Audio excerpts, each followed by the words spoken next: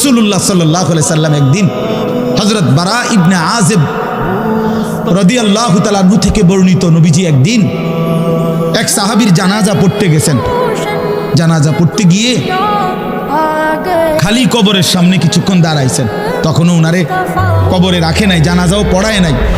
নবীজি আগে গিয়া কবরটার সামনে দাঁড়াইছে।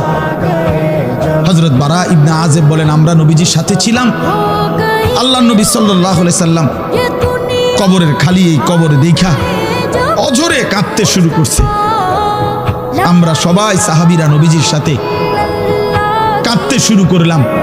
অনেকক্ষণ কাইদা নবীজি চোখের পানি মুইছা আজীব কথা বলছে নবী। রাসূলুল্লাহ সাল্লাল্লাহু আলাইহি সাল্লাম সাহাবীদেরকে লক্ষ্য করে বলছে, ইয়া ইখওয়ানি লিমিসলি হাদা ফাআইদ্দু, আমার বন্ধুরা, আমার সাথীরা, এই কবরে যাওয়ার জন্য তোমরাও রেডি হও।